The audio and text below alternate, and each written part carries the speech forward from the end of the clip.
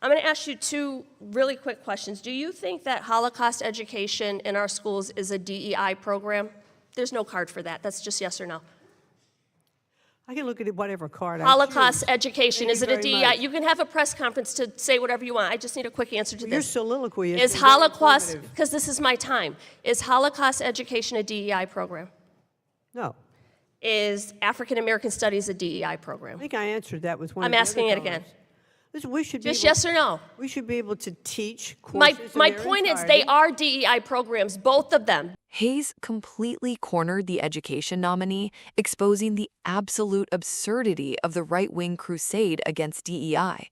When McMahon tried to dance around the question, Hayes shut it down with pure classroom authority, proving that teaching real history isn't a political buzzword, it's basic education.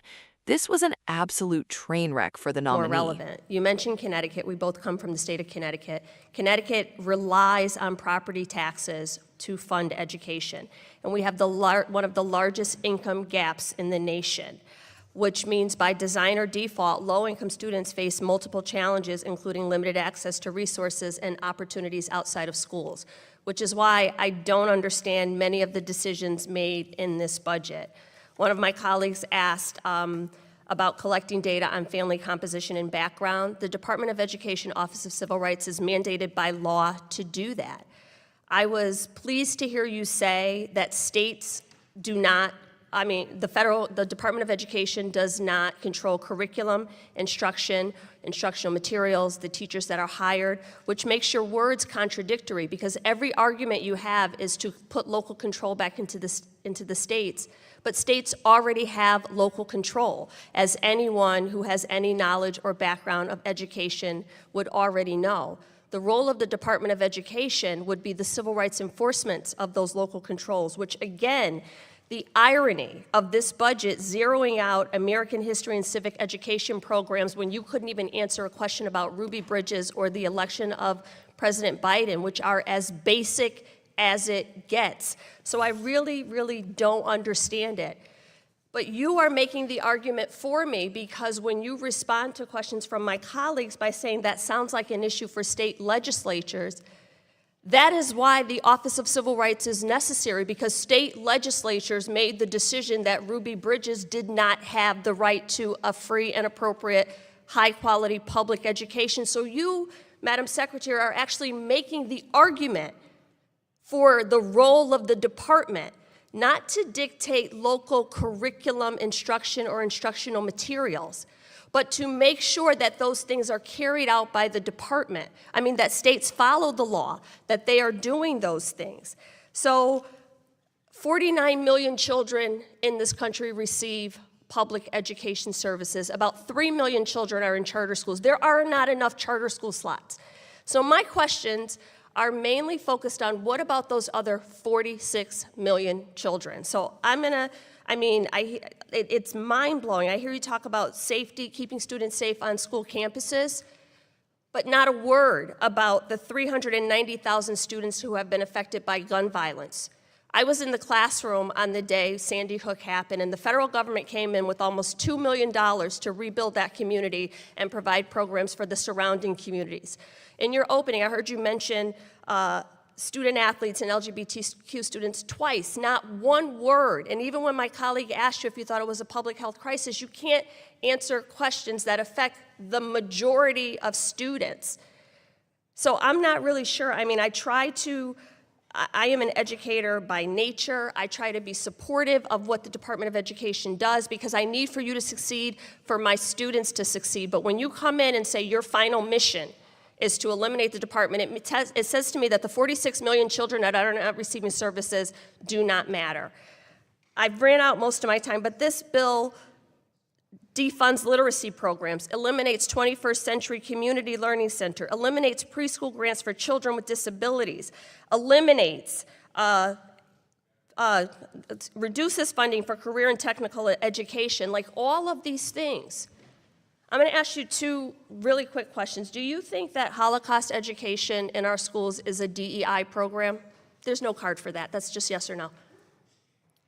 I can look at whatever card I Holocaust choose. education, Thank is you it a very DEI? much. You can have a press conference to say whatever you want. I just need a quick answer to Your this. soliloquy Is is very Holocaust, informative. because this is my time, is Holocaust education a DEI program? No. Is African American Studies a DEI I program? think I answered that with one I'm of the asking other it again. callers.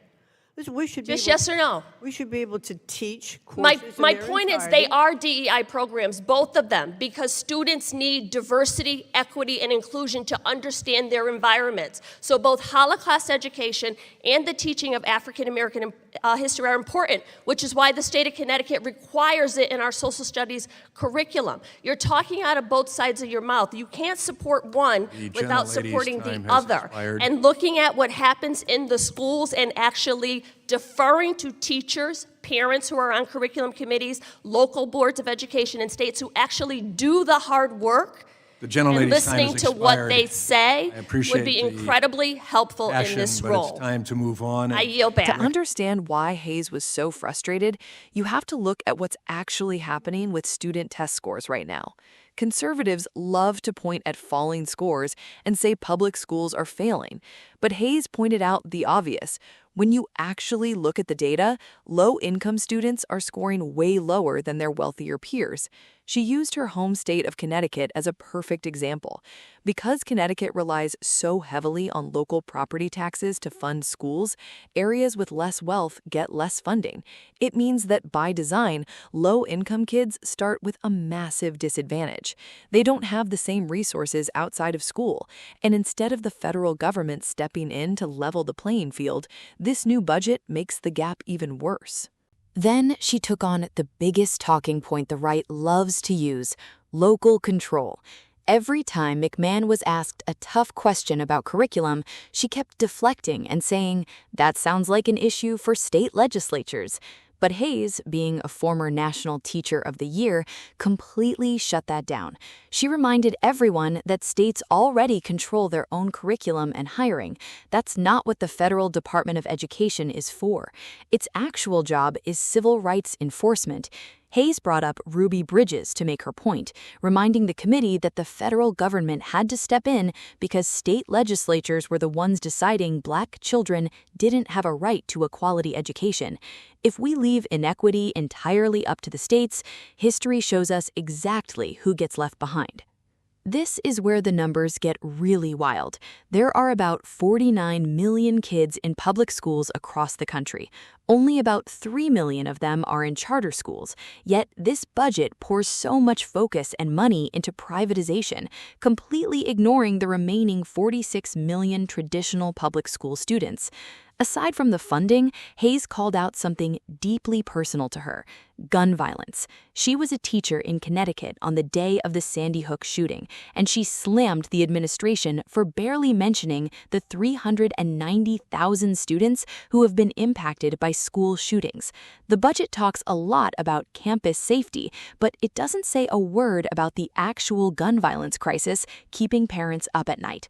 What do you think about how Rep. Hayes handled this hearing?